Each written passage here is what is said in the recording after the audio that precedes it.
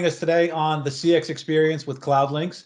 Very, very excited today as we have one of our featured suppliers on today, Five9. They are one of the premier partners that we work with. Our clients have found great solutions with them. And today we've got Michael Rose, who I may or may not decide to call Rosie as the day goes on. And we've got Michael Belger on, whose name we will butcher repeatedly throughout the day. So we're just going to call him Mikey B. Thank you guys for joining us. Welcome. Thank you for having us. Thank you. Thanks, guys. So if we can, I'd like to just get a little bit about each year for the audience that's listening. We can get into it pretty quick here today. Michael, why don't you tell us a little bit about yourself and what your role is with Five9, then Mikey B do the same. Yep. I'm part of the marketing team here at Five9. My role is Senior Director of Brand and Corporate Comms. Nice long title, so that makes me sound important. But at the end of the day, it's really about looking after our brand and also our communication. So part of what I do is host our podcast, That's Genius, which you've both just been featured on. Very excited to do that. That was actually a great experience. Thank you again for doing it. And Mikey B, tell us about your role in the organization. Hey, everybody. So I'm part of the channel team. So my real function is as partner advocate. I make sure all of our great partners know sales, technical, marketing resources. So that way we're known as the easy to do business with contact center as a service solution. And you guys have been easy to do business with, so it's kind of great to talk about it. So I'm very excited about today. And one of the things I think we should do is let's just jump right into it. I mean, Five9 has come on really, really strong in the last several years. I think, Michael, why don't you take the first one? Where do you see the biggest opportunity with Five9 right now? Where do you see the biggest opportunity in the CCaaS space for you guys right now? I think really, I mean, we always talk about the total addressable market. And if you think of the low penetration that we still have with the contact center moving to the cloud, this is huge. And what we're seeing right now at Five9 is the large enterprise is now falling into alignment and they're looking to move to the cloud. And that's a huge opportunity for us, not just here in North America, but across the globe. I couldn't agree more. I couldn't agree more. I think the adoption rates are tremendous. The larger the business is now are looking more and more into this as a viable solution for them. Almost like we talked about prior, where hosted VoIP was 10, 15 years ago, where people were terrified of it. And then it became the de facto solution so much that, you know, certain suppliers that we all work with right now, that's all they're selling is hosted VoIP. But it's tremendous right now, especially when the enterprise market is leading the space, is leading the charge for the smaller guys to really take advantage of it. If I could throw a question into Mr. Rose, what research are you guys seeing insofar as the amount of mid-market contact centers who have not yet migrated to the cloud? There's a lot of speculation at the events when we get together, but you know, here we are in 2020. What's the percentile looking at right now? It's around, well, they say around 12 to 15% has moved to the cloud so far. So that leaves a massive amount still doing on premise.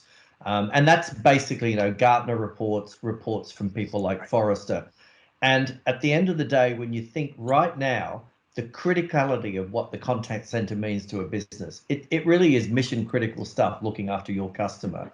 And why wouldn't a business want the latest software, the most up-to-date solution for their business that's agile, rapidly, you know, easy to deploy, et cetera, et cetera. So again, that's why I think now we're finally seeing this big push by the larger, mid-market and bigger to move to the cloud. You know, what's interesting is, you guys probably don't know this, but my first job in technology was actually at a BPO. I was that agent, right? Where it was, hi, my name is Mike, credit card number, please. And I think, you know, and that was me.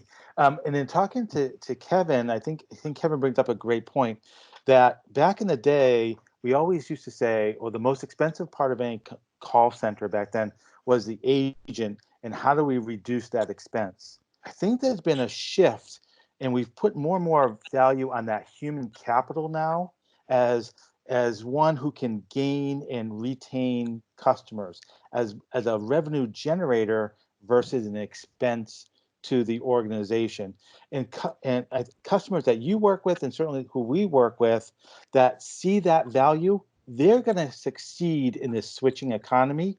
The ones that value human capital just as how cheap can we make it, they're not going to make it, right? Sure. They're just not going to make it anymore. Sure. I agree wholeheartedly. What Mike is referencing for the Cloudlinx viewers, on the Five9's podcast, we were discussing how when Frank and I first started in this business 20 years ago, the driving directive from our clients was reduce cost around the average length of call, how much per minute a call was costing us, how can we do least cost routing. That was really our core competency, designing infrastructure around that. Here in 2020, what we're seeing is really more our clients coming to us and asking us, how do we empower our agents to do their jobs better, to go deeper, to interact with our customers or our patients or our union members more effectively on many different levels and dimensions. So it's almost upended itself, where it's gone from cheap, how do we keep costs at a bare minimum, to how do we now empower our agents. And I think people are starting to see that a great deal in the BPO space, where they're getting away from offshoring, because they realize that a contact center agent is really what they are. They're a principal salesperson for that organization, even if it's not a commercial operation, even if it's a hospital or a union. That contact center agent is the face of that organization, and the more tools by using cloud-based technologies, the more effective they're going to be. That's certainly the trend I think we're all seeing. I would agree. And I think that probably brings us into a good question there, Mike, is of all the tools Five9's, actually, you know what, I'll ask Mikey via this.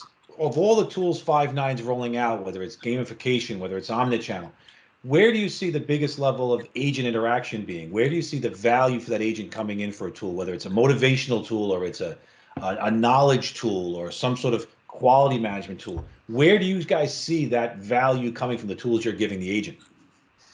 You know, each agent is a unique human being and requires a unique skill set. So some agents, especially in an outbound arena, gamification is great, right? How many calls can we get in an hour or a day long? They get motivated by that. So it's really what motivates each agent. I know, speaking from my own experience, we have customers, their agents are motivated by length of talk time, not the shortest, but how long they can keep customers on the call talking about their business and trying to grow revenue from them. It's a 180 Right? shift. Complete. I mean, mind blown to people like, oh, that's going to cost me, 2 cents a minute. But if the average dollar transaction is $1,000 or $2,000 per call, it doesn't matter how long they're on that call. It's all about that revenue and that customer satisfaction. So gamification is great. I also think that we're entering the world of AI. I'm not sure we're going to get into this a little deeper later, but the world of AI is really the wrapper, right? It's taking information in and wrapping a solution, whether it be a script, whether it be a chatbot, whether it be some type of automation, and presenting that to the customer and presenting that to the agent to provide that world-class service. So it's just kind of upping the game per se, but doing AI for AI's sake, we don't do that for sure, right? What we do is we do smart conversational AI to make the agent better. Here at Five9, we view everything like a math problem. What we say is we provide a great customer experience, we add that to a great agent experience, and that equals a great human experience. That's the goal for every customer we talk to every partner like you guys we work with. We want it to be a great human experience. It takes those two parts to make that happen. I agree. I agree. Mr. Rose, what do you think? You want to add anything to that?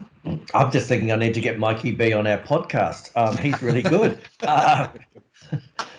No, I think it is all about providing that human experience. I mean, and again, in this day and age where people are doing less transaction through traditional brick and mortar, the contact center is often the face, the voice, the brand of the organization. So they've just got to get it right. I agree. And as you get into that, getting it right is really a powerful conversation because in today's world, everybody's a critic. Everyone has the platform to be a critic. Everyone has the ability to be a critic. So I think probably a good segue here may be into the power of social media and what you guys are doing to enable that for you. And which of the sort of the quadrant of all powerful platforms, which are obviously Facebook, LinkedIn, Twitter, and Instagram, which one of those four are you guys seeing the greatest investment in or activity? You know what's interesting is a few years ago, I think they were, yelling from the rooftops, voice is dead, voice is dead, it's all going to go digital. What we found is voice is escalation. If you're anything like me, like you, age doesn't really matter, right? You want great customer care. So here's what we're seeing. We're seeing people going on Twitter and Facebook, probably the top two that we're seeing, and talking about a company. And sometimes that company will respond because they're monitoring those accounts, and sometimes they won't. So then what happens? You get no response, right? So then you go to their website, you start chatting with them. Hey, I'm upset about this. Or you email them and you don't get a great response. What happens? You call them, right? Yep. Voice is that escalation point. So a company like Five9, we're really channel independent. So however a consumer wants to interact with the company, whether it be social, whether it be email, chat, those are basically digital, right? Text-based, or they want to pick up the phone and just yell at somebody or praise someone, right? One back to pat or one throat to choke. All depends on the circumstance. That's what we're seeing. And that, our platform is flexible enough to take those channels, present that to the agent. And I can see that. I see Michael Rose was on social media and he just lambasted us. Then he chatted with us and he wasn't happy. He emailed us 2 weeks ago and now he's calling me. This is going to be a rough call, but it's my chance to win over that. So as long as you can integrate all those channels together and present that in a unified platform to the agent, that's not just half the battle, that is the battle. You win the battle at that point. One of the things that I say to people at the various contact center events that we exhibit at throughout the year is here's a very quick pass. You just get a text message saying your primary bank account has been hacked. What's your first inclination? It's fake. Well, yeah, but if you suspected that your bank or your credit card was hacked, do you text? Do you go on social media, or do you call that bank? Yeah, I need a human to validate that, right? Yeah. So that hasn't gone away. Now, Rose, do you see the industry shifting fast enough to really do that well? Yeah, you just dropped the Y off the Rosie nickname, by the way, but that's fine. Oh, Rosie, I'm sorry. Get a new one out of this. Oh, it's gonna be a good day for us. I think, at Five9, we talk about you need to be where your customers want you to be. So if your customer demographic is active on social, then you need to offer that as part of the solution mix, but you need to have it as part of the workflow. And that's my role. I'm a social media expert. That's what I do. People will put a comment on social media, and even when I ran PR agencies, they'd say, "Oh yes, you should respond within an hour." Well, no, you need to respond in less than 10 minutes because social media has this immediacy. If I'm going to social, it's now. Get back to me now. And one of the acquisitions that Five9 made last year was this whole workflow planning tool. So you can capture social media and have it escalate automatically every time you're mentioned. And that's what companies need to do. Add a channel by all means, any channel the customer wants, but manage it with an effective workflow. Sure. I love that. I think that's where a lot of our organizations that we've worked with have struggled at the beginning is building that workflow, building a proper set of expectations and escalations.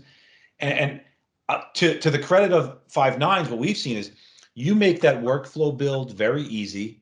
You make the input of multiple engines and multiple media very easy. And companies historically who've used premises-based systems have struggled with that to add in these modules. And it's probably a credit to you guys in how fast you're moving at the pace of innovation so that you can stay ahead of those curves. Yeah. I mean, Mikey B, do you see anything new coming out that's going to be really powerful for you to talk about? Is there any new things that are out there, or is it more really about refining it and making the existing experience perfect on your roadmap?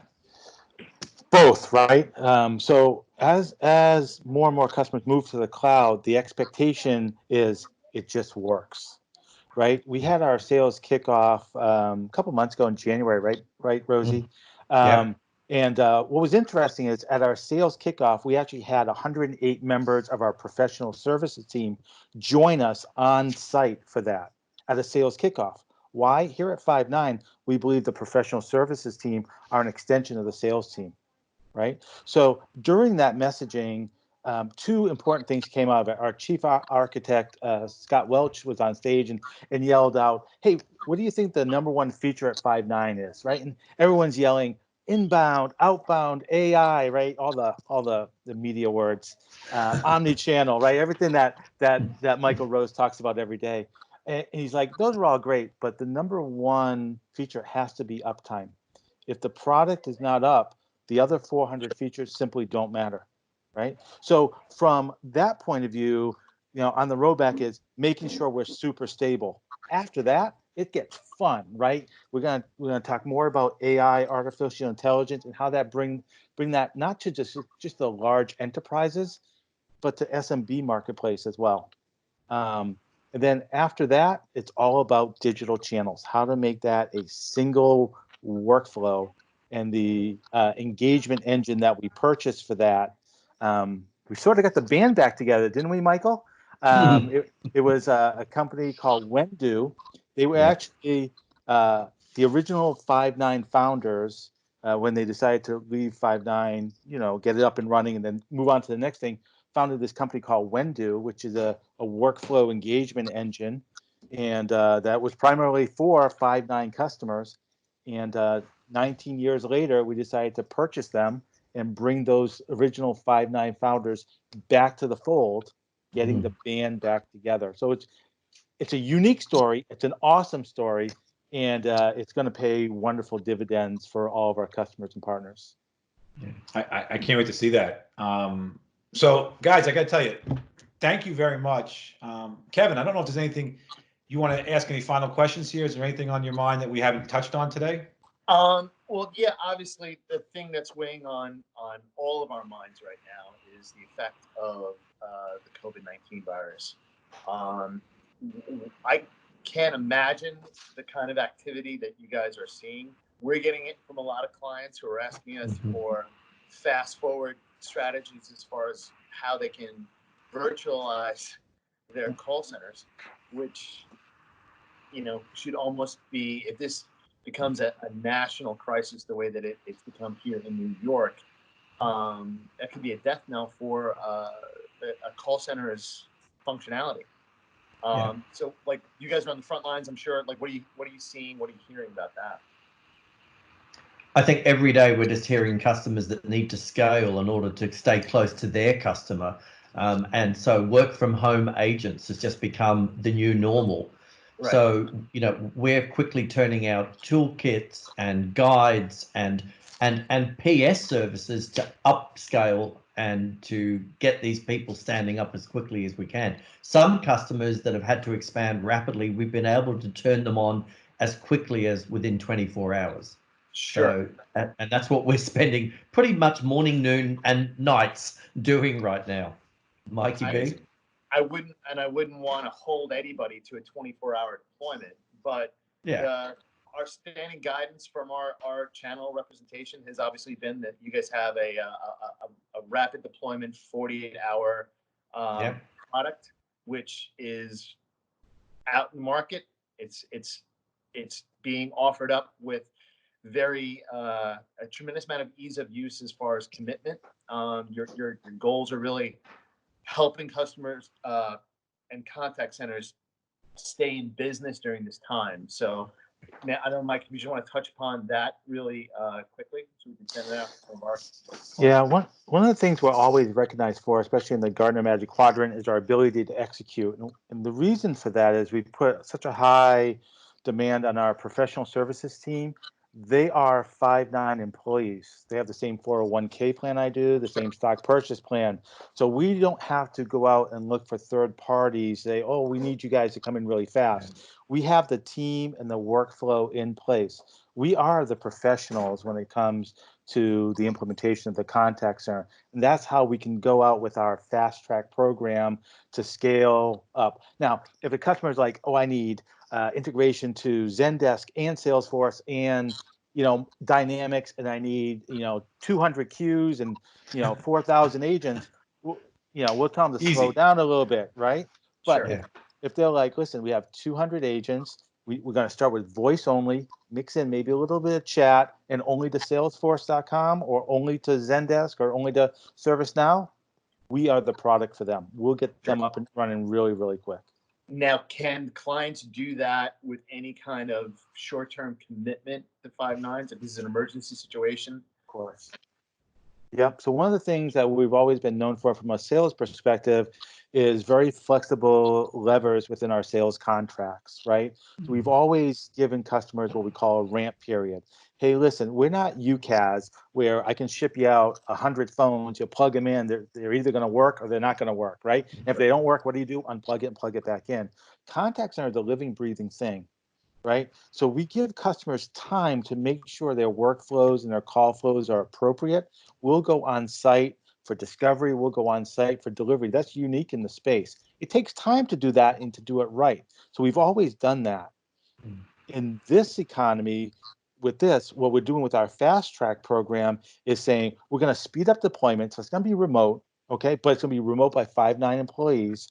And we're going to put levers in there that after 45 days, if you don't need us anymore, or if we're not the right solution for you, we're going to walk away as friends, but hopefully we've helped you solve this short-term problem. What we want to do is solve the short-term problem, earn your business to be your long-term solution. That's Sure. our goal. And that's where partners like you guys help all the time. You can guide us in what the customer really needs versus us kind of fumbling around to try to figure it out. Sure. I'll say to that with you guys, obviously keeping us honest. Cloudlinx, we oversaw deployment of hundreds of contact center agents in 2019 to the Five9 network. Your product management and back-end support has been extraordinary. It has been the least amount of pain in any of these deployments. But we can vouch for that. I couldn't agree more. I couldn't agree more. Your teams have been huge. The coordination between sales and project management and the people on the back end infrastructure teams, they all talk seamlessly. It's almost like they're on one platform talking to each other throughout the success of the project, and everybody sees it. I feel like everybody's invested in the success of that project. It's really interesting. So Mike, sorry, Kevin. If you're a contact center manager and you're watching this or during this time, and you need to come up with a very quick strategy on how to get your agents working from home or working in a remote space, we can vouch for a Five9's deployment. Thank you. They do it extremely well. Absolutely. Couldn't agree more. So Mike, so it's all about teamwork, right? It's a coordination between the partner community, the supplier community, and the customer. Michael, what I would love for you to do is share the anecdote that Rowan Trollope, our CEO, has given us called "Kick the Bolt." Oh, yeah. So it really is part of our values, and sort of the prime directive is do whatever it takes for the customer. As you know, like yourselves, we're very customer obsessed. Rowan tells this story that many, many years ago, a friend of him was doing the motocross 200. So there's the Daytona 500. This is the motorcycle equivalent. And he said, hey, I'm getting to race in this thing because I can. Do you want to be part of my pit crew? and he was the pit crew, and his job was to take the axle out, put a new wheel on, and put the axle back in. That's his job. He had the drill and the bolt, basically. And the first time they did it, they were a minute 40 seconds.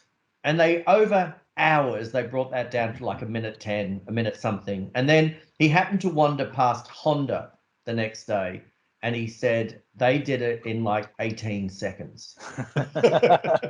And all of a sudden, they realized they could get faster because they now believed it was possible. So first of all, it's about believing it can be done, and then it's re-engineering the process. What Honda did, so when Rowan's team did it, they all did their job. These other guys almost worked like they were in a dance company together. So as you pull the bolt out of the wheel, it tends to roll away. As the guy's bringing in the next wheel, the Honda guy was kicking the bolt back to the guy with the drill so he didn't have to reach for it. So everything worked in harmony. And then I think Rowan got it down to like 22 seconds or something. They really improved. That's impressive. Yeah. But it's knowing that you can do it, and it's working as a team, whether that's with your partner, within your own organization, and believing that it can be done. And I think that's why, you know, things like fast track and rapid deployment is something that just Five9 is just lifted to the challenge, and we're delivering on it. Yeah, I agree. I think that belief structure that permeates through an organization. That goes to every level of an organization. When everyone's vested, when everyone believes we can do better, you do better. Yeah. And there's a book I just read about the present leader, and I think Rowan's done a good job about being out there and speaking the values of the organization and being out there and talking about what needs to be done so that we can all achieve something really impressive together. Yeah, no, exactly. Yeah, it's exciting. It's been an exciting time, and I think some of the projects you've done and some of the ways that we've particularly engaged you has been those larger, more complicated projects. Mm-hmm. You know, with timelines that would normally be this long and are now this long because of some external circumstance that Kevin mentioned earlier. It's how do we get these 300 or how do we get these 450 agents migrated to a platform with a new process and a new CRM in 4 months? How do we do that, guys? And your team has really had that belief structure of, all right, let's roll up our sleeves. We'll get this done and we'll make this happen together. I think that's been really a really true value to this partnership. Yeah, and that's always been our sweet spot. That's our business is founded, and it's probably the most common engagement that we get brought into is when someone is facing what we've labeled as sort of a rapid deployment, moving from infrastructure to the cloud in the contact center space. You know, and I think we've ourselves have carved out becoming practice leaders and helping people understand what they need to do beforehand, how to navigate the selection process, and then how to keep that operational in its first 90 days so that there are no hiccups. So we expect to see a massive uptick in opportunities in 2020. Cool. Excellent. Yeah. Awesome. So guys, well, I could probably speak to you for 2 hours, Rosie and Mikey B. You guys have been great to us. You guys have been wonderful partners. You've been great to speak with. But I don't want to dominate your day. I really appreciate you taking the time. Is there anything last you'd like to say, Rosie or Mikey B? Is there anything you want to drop off with the last thought? No, I was just going to say thank you to you guys for having us today. And this is why, you know, you are the rising star and why you won an award last year with Five9 at our CX Summit. So thank you. Yeah, thank you. No, we value the partnership that you guys bring. One thing that I appreciate that you guys do is that much like how our sales team and our project team work together, you guys stay with the customer. I've seen pictures of you on LinkedIn, Frank, teaching how to use the Five9 product to classrooms of 100 agents. So I think that's incredibly valuable. It's one thing for a supplier to say, yeah, we're great and it's going to work. It's another thing for a partner to go out there and say, listen, we validated this and to the point where I understand it and I'm going to teach you on that product. That's invaluable to a supplier, and we can't thank you enough. And hopefully your families are safe, and sometime soon we can celebrate in person again. I agree wholeheartedly. So guys, thank you very much. My name is Frank Wassenberg. Thank you guys for joining. Kevin Sheehan, just as good. Everyone's ready to go. Very excited, guys. Thank you very much. Looking forward to working with you. Thank you all. Thank you. Thank you. Bye-bye.